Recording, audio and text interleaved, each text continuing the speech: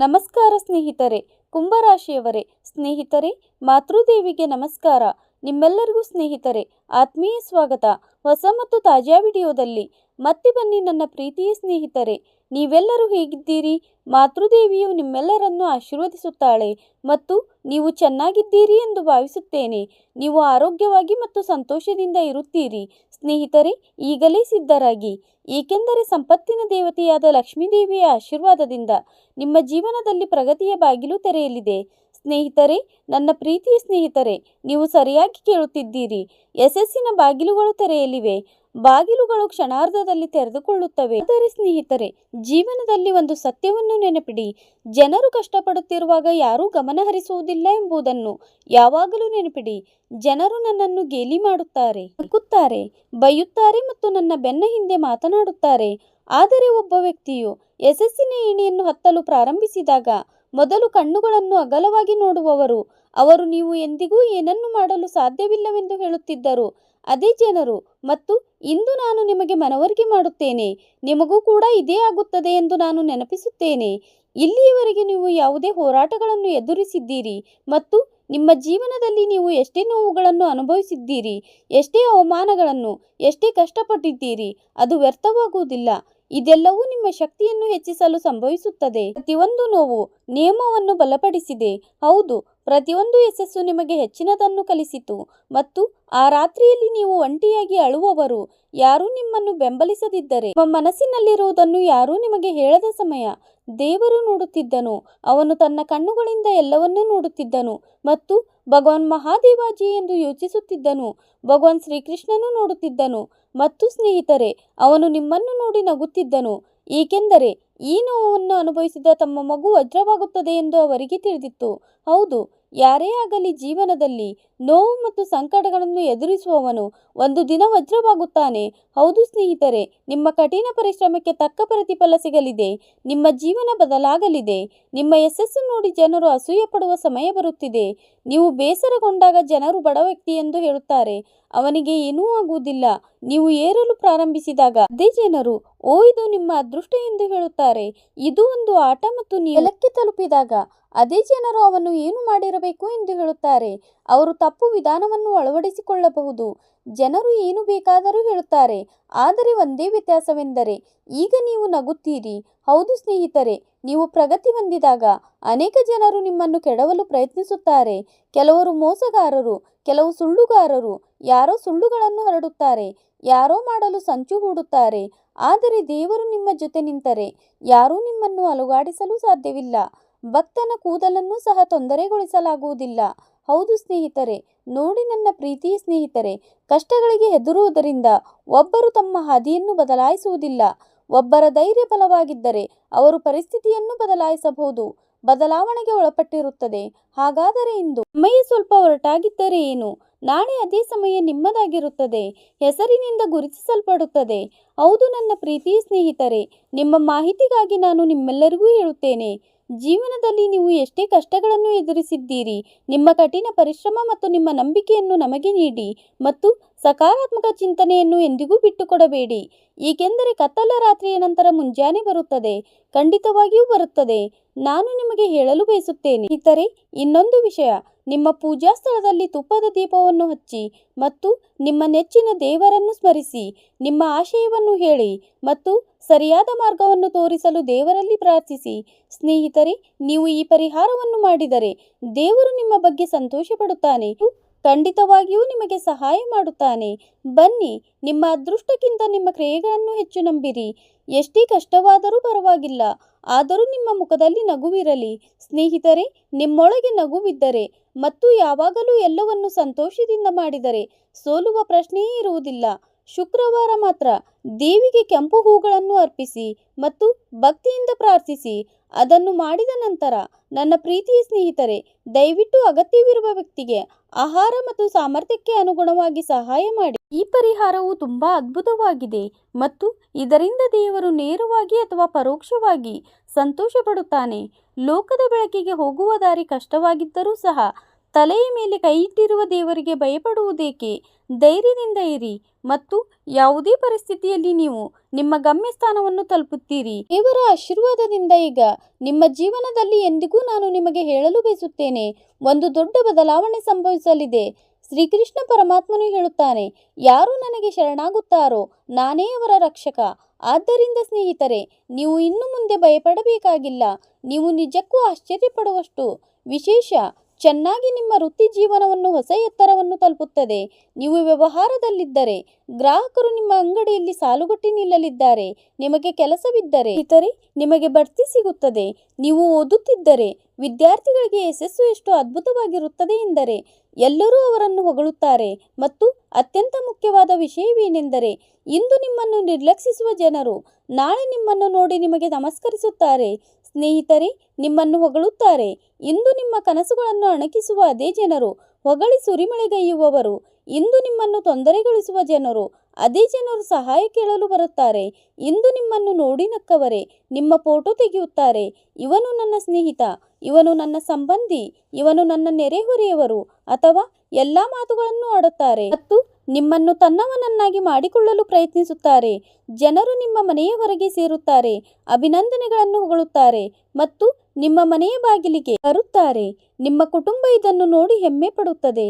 ಹೌದು ಸ್ನೇಹಿತರೆ, ಈ ಪ್ರಯಾಣದಲ್ಲಿ ಅತಿ ದೊಡ್ಡ ಗೆಲುವು ನಿಮ್ಮದೇ ಆಗಿರುತ್ತದೆ.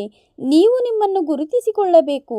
ಆಗ ನೀವು ನಿಮ್ಮನ್ನೇ ನೀವು ಕನ್ನಡಿಯಲ್ಲಿ ನೋಡಿಕೊಂಡು, ಹೌದು ನಾನು ಮಾಡಿದೆ, ನಾನು ಸಾಧಿಸಿದೆ ಎಂದು ಹೇಳುತ್ತೀರಿ. ಒಂದು ದಿನ ನಮ್ಮ ಜೀವನ ಹೀಗಾಗುತ್ತದೆ ಎಂದು ನನಗೆ ತಿಳಿದಿತ್ತು, ಬದಲಾಗುತ್ತದೆ ಎಂದು. ಮತ್ತು ಆ ನಂಬಿಕೆಯೊಂದಿಗೆ ನಾವು ಎಂದಿಗೂ ಬಿಟ್ಟುಕೊಡದೆ ಕಷ್ಟಪಟ್ಟು ಕೆಲಸ ಮಾಡುವುದನ್ನು ಮುಂದುವರಿಸಿದೆವು. ಮತ್ತು ಆ ಕ್ಷಣ ಇದಾಗಿತ್ತು. ದೇವರು ಯಾರನ್ನೂ ಒಬ್ಬಂಟಿಯಾಗಿ ಬಿಡುವುದಿಲ್ಲವೆಂದು ನೀವು ಅರ್ಥ ಮಾಡಿಕೊಂಡಾಗ ನೀವು ಎಲ್ಲಿಗೆ ಹೋದರೂ ಜನರು ನಿಮ್ಮನ್ನು ಗುರುತಿಸುತ್ತಾರೆ, ಜನರು ನಿಮ್ಮನ್ನು ಗೌರವಿಸುತ್ತಾರೆ ಮತ್ತು ನಿಮ್ಮ ಹೆಸರು ಎಲ್ಲರ ಬಾಯಲ್ಲೂ ಇರುತ್ತದೆ. ನಿಮ್ಮ ಖ್ಯಾತಿ ಬೆಳೆಯುತ್ತದೆ, ಮನೆಯಲ್ಲಿ ಸಂತೋಷ ಹೆಚ್ಚಾಗುತ್ತದೆ, ಕುಟುಂಬದಲ್ಲಿ ಶಾಂತಿ ನೆಲೆಸುತ್ತದೆ ಮತ್ತು ಎಲ್ಲಕ್ಕಿಂತ ಸುಂದರವಾಗಿ ನಿಮ್ಮ ಮುಖವು ಹೊಳೆಯುತ್ತದೆ. ಯಾವಾಗಲೂ ನಗುತ್ತಾ ಇರಿ. ನಿಮ್ಮ ಯಶಸ್ಸನ್ನು ನೋಡಿ ನಿಮ್ಮ ಶತ್ರುಗಳು ನೋವಿಗೆ ಒಳಗಾಗುತ್ತಾರೆ ಮತ್ತು ಒಳಗೊಳಗೆ ಆಳವಾಗಿ ಸುಡುತ್ತಾರೆ. ಅವರು ನಿಮ್ಮ ಬಗ್ಗೆ ಅಸೂಯೆ ಪಡುತ್ತಾರೆ. ಆದರೆ ಭಯಪಡಬೇಡಿ ನನ್ನ ಸ್ನೇಹಿತರೆ, ಏಕೆಂದರೆ ಅವರು ನಿಮಗೆ ಹಾನಿ ಮಾಡಲು ಸಾಧ್ಯವಾಗುವುದಿಲ್ಲ. ಅವರ ಎಲ್ಲ ಯೋಜನೆಗಳು ವಿಫಲಗೊಳ್ಳುತ್ತವೆ ಮತ್ತು ಅವರ ಮಾಟಮಂತ್ರವು ಅವರ ಮೇಲೆ ತಿರುಗುಬಾಣವಾಗುತ್ತದೆ. ದೇವರು ಸ್ವತಃ ಅವರ ಮಾರ್ಗವನ್ನು ನಿರ್ಬಂಧಿಸುತ್ತಾನೆ. ಮಹಾದೇವನ ತ್ರಿಶೂಲವು ಎಲ್ಲ ದುಷ್ಟಶಕ್ತಿಯನ್ನು ನಾಶ ಮಾಡುತ್ತದೆ. ಕೃಷ್ಣನ ಸುದರ್ಶನ ಚಕ್ರವು ಎಲ್ಲ ಶತ್ರುಗಳನ್ನು ಸೋಲಿಸುತ್ತದೆ. ನೀವು ಎಷ್ಟು ನೋಡಿದ್ದೀರಿ, ಎಷ್ಟೋ ಬಾರಿ ಅವನು ದೇವರಿಗೆ ಮೊರೆಯಿಟ್ಟನು, ಓ ಕರ್ತನೆ, ಓ ಪರಮಾತ್ಮನೇ, ನನಗೆ ಸಹಾಯ ಮಾಡು, ಈ ಲೋಕದಲ್ಲಿ ನಿನ್ನ ಹೊರತು ಬೇರೆ ಯಾರೂ ಇಲ್ಲ. ಆಗ ದೇವರು ನಿನ್ನ ಕರೆಯನ್ನು ಕೇಳುತ್ತಿದ್ದನು. ದೇವರು ನಿನ್ನನ್ನು ಪ್ರತಿ ಬಾರಿಯೂ ಕೇಳಿದ್ದಾನೆ.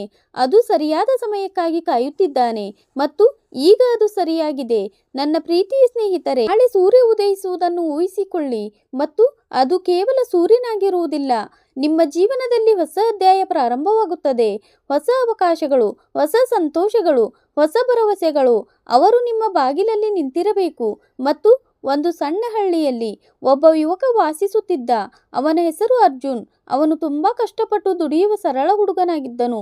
ಆದರೆ ಅವನು ಭೂಮಿಯಲ್ಲಿ ಪ್ರಗತಿ ಸಾಧಿಸಲು ಬಯಸಿದನು. ಅರ್ಜುನನು ಹೊಲಗಳಲ್ಲಿ ಹಗಲಿರುಳು ದುಡಿದನು, ತನ್ನ ಹೆತ್ತವರಿಗೆ ಸೇವೆ ಸಲ್ಲಿಸಿದನು ಮತ್ತು ಮಹಾದೇವನ ಭಕ್ತಿಯಲ್ಲಿ ಮಗ್ನನಾಗಿದ್ದನು. ಅರ್ಜುನನ ಜೀವನ ಕ್ರಮೇಣ ಬದಲಾಯಿತು. ಅವನ ಕಠಿಣ ಪರಿಶ್ರಮಕ್ಕೆ ಫಲ ಸಿಕ್ಕಿತು. ಅವನ ಯಶಸ್ಸು ಅತ್ಯಂತ ಶ್ರೇಷ್ಠವಾಗಿತ್ತು. ಹೌದು, ಮತ್ತು ಅವನ ಮನೆಯು ಸಮೃದ್ಧಿಯಾಗಲು ಪ್ರಾರಂಭಿಸಿತು. ಆದರೆ ನಂತರ ಕೆಲವರು ಅವನ ಪ್ರಗತಿಯನ್ನು ನೋಡಿ ಅಸೂಯೆಪಟ್ಟರು ಮತ್ತು ಗಾಸಿಪ್ ಹೇಳಲು ಪ್ರಾರಂಭಿಸಿದರು.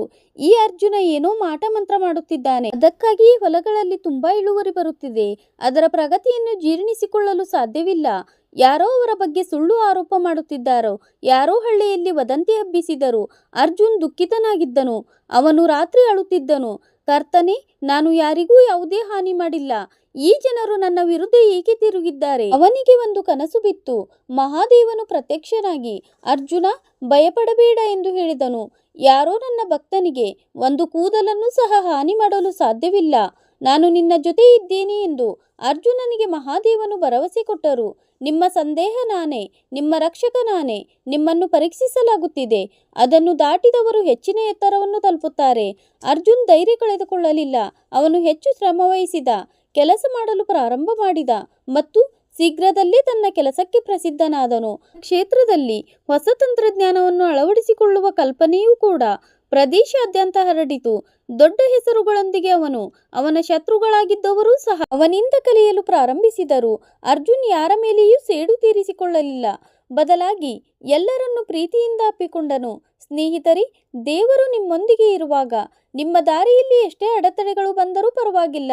ಕೊನೆಯಲ್ಲಿ ದೈವಭಕ್ತಿ ಮತ್ತು ಸತ್ಯವೂ ಜಯಗಳಿಸುತ್ತದೆ. ಪ್ರೀತಿಯ ಸ್ನೇಹಿತರೆ, ನಿಮ್ಮ ಜೀವನದಲ್ಲಿ ಪ್ರಗತಿಯತ್ತ ಸಾಗುವಾಗಲೆಲ್ಲ ಅಡೆತಡೆಗಳು ನಿಮ್ಮ ದಾರಿಯಲ್ಲಿ ಬರುತ್ತವೆ. ಅದು ಸಹಜರು ನಿಮ್ಮ ವಿರುದ್ಧ ಕಥೆಗಳನ್ನು ಹೆಣೆಯುತ್ತಾರೆ. ಯಾವುದೇ ಮಾಟಮಂತ್ರವಿಲ್ಲ. ಯಾರಾದರೂ ಸುಳ್ಳುಗಳನ್ನು ಹರಡುತ್ತಾರೆ. ಆದರೆ ಸಂತರು ಲೋಕದ ಬಗ್ಗೆ ಚಿಂತಿಸಬೇಡಿ ಎಂದು ಹೇಳುತ್ತಾರೆ. ದೇವರ ಕೃಪೆಯ ಕಡೆಗೆ ಗಮನ ಕೊಡಿ. ಭಗವಾನ್ ಮಹಾದೇವ ಅವರು ತನ್ನ ಭಕ್ತನ ಕೂದಲಿಗೆ ಒಂದು ಹಾನಿ ಕೂಡ ಮಾಡಲು ಸಾಧ್ಯವಿಲ್ಲವೆಂದು ಹೇಳಿದರು. ನಾನು ಆ ಭಕ್ತನೊಂದಿಗೆ ಇದ್ದೇನೆ. ಈಗ ಸ್ನೇಹಿತರೆ, ಇದನ್ನು ಮನಸ್ಸಿನಲ್ಲಿ ಇಟ್ಟುಕೊಳ್ಳುವ ಯಾರಾದರೂ ಅವನ ಭಯ ಮಾಯವಾಗುತ್ತದೆ. ಹೌದು ಸ್ನೇಹಿತರೆ, ನಿಮ್ಮ ಜೀವನದಲ್ಲಿ ಜನರು ಬಂದಾಗಲೆಲ್ಲ ನಾನು ನಿಮಗೆ ಹೇಳಲು ಬಯಸುತ್ತೇನೆ, ಭಯಪಡಬೇಡಿ. ನೆನಪಿಡಿ, ಇದು ಕೇವಲ ಒಂದು ಪರೀಕ್ಷೆ. ಹೌದು, ನಾವು ಯಶಸ್ಸಿನ ಹಾದಿಯಲ್ಲಿ ಸಾಗುತ್ತಿರುವಾಗ ನೀವು ಅನೇಕ ಪರೀಕ್ಷೆಗಳನ್ನು ಎದುರಿಸಬೇಕಾಗುತ್ತದೆ. ಆತಂಕ ಪಡಬೇಡಿ, ಭಯಪಡಬೇಡಿ. ನಾವು ಬಿಡಬಾರದು. ನಾವು ಕಷ್ಟಪಟ್ಟು ಕೆಲಸ ಮಾಡುವುದನ್ನು ಮುಂದುವರಿಸಬೇಕು ಮತ್ತು ತಾಳ್ಮೆಯಿಂದ ಇರಬೇಕು.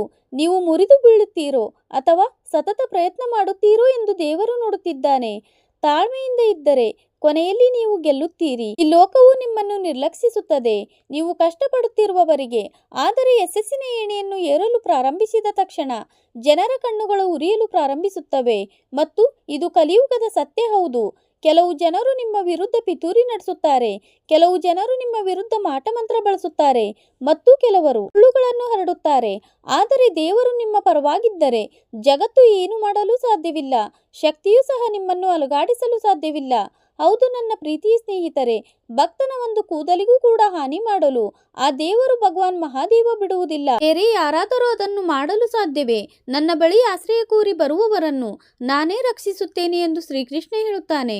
ಆದ್ದರಿಂದ ಭಯಪಡಬೇಡಿ. ನಿಮ್ಮ ಜೀವನದಲ್ಲಿ ನೀವು ಎದುರಿಸುವ ಯಾವುದೇ ಅಡೆತಡೆಗಳು ನಿಮ್ಮ ಶಕ್ತಿಯ ಪರೀಕ್ಷೆಯಷ್ಟೇ. ನಿಮ್ಮನ್ನು ಪರೀಕ್ಷಿಸಲು ಬರುತ್ತಿದೆ. ಒಂದು ದಿನ ಈ ಅಡೆತಡೆಗಳು ನಿಮ್ಮ ದೊಡ್ಡ ಯಶಸ್ಸಿಗೆ ದಾರಿ ಮಾಡಿಕೊಡುತ್ತದೆ. ಹೌದು ಸ್ನೇಹಿತರೆ, ಆದ್ದರಿಂದ ತಾಳ್ಮೆಯಿಂದ ಇರಿ, ಕಷ್ಟಪಟ್ಟು ಕೆಲಸ ಮಾಡುತ್ತಲೇ ಇರಿ ಮತ್ತು ಪೂರ್ಣ ಆತ್ಮವಿಶ್ವಾಸವನ್ನು ಮುಂದುವರೆಯಿರಿ. ದೇವರು ನಿಮ್ಮೊಂದಿಗಿದ್ದಾನೆ, ಹಿಂದೆಯೂ ನಿಮ್ಮೊಂದಿಗಿದ್ದಾನೆ ಮತ್ತು ಮುಂದೆಯೂ ನಿಮ್ಮೊಂದಿಗಿದ್ದಾನೆ. ಹೌದು ಸ್ನೇಹಿತರೆ, ನಿಮಗೆ ವಿಷಯ ಅರ್ಥವಾದರೆ ದಯವಿಟ್ಟು ವಿಡಿಯೋವನ್ನು ಲೈಕ್ ಮಾಡಿ ಮತ್ತು ಕೆಳಗೆ ಕಮೆಂಟ್ ಬಾಕ್ಸ್ನಲ್ಲಿ ಜೈ ಮಹಾದೇವ, ರಾಧೆ ರಾಧೆ, ಜೈ ಶ್ರೀಕೃಷ್ಣ ಎಂದು ಬರೆಯಿರಿ. ಸ್ನೇಹಿತರೆ, ಇಂದಿನ ವಿಡಿಯೋದಲ್ಲಿ ಇಷ್ಟೇ. ಇಂದಿನ ವಿಡಿಯೋದಲ್ಲಿ ನಿಮ್ಮನ್ನು ಮತ್ತೆ ಭೇಟಿಯಾಗುತ್ತೇನೆ. ಅಲ್ಲಿಯವರೆಗೂ ಸುರಕ್ಷಿತವಾಗಿರಿ, ಆನಂದವಾಗಿರಿ. ನಿಮ್ಮ ಕುಟುಂಬದ ಆರೋಗ್ಯ ಚೆನ್ನಾಗಿರಲಿ, ನಿಮ್ಮ ಆರೋಗ್ಯ ಚೆನ್ನಾಗಿರಲಿ, ನಿಮ್ಮ ದಿನ ಚೆನ್ನಾಗಿರಲಿ ಎಂದು ನಾನು ಆ ಮಹಾದೇವನಲ್ಲಿ ಬೇಡಿಕೊಳ್ಳುತ್ತೇನೆ. ಇಲ್ಲಿಯವರೆಗೆ ವಿಡಿಯೋ ನೋಡಿದ್ದಕ್ಕಾಗಿ ಧನ್ಯವಾದಗಳು ಸ್ನೇಹಿತರೆ.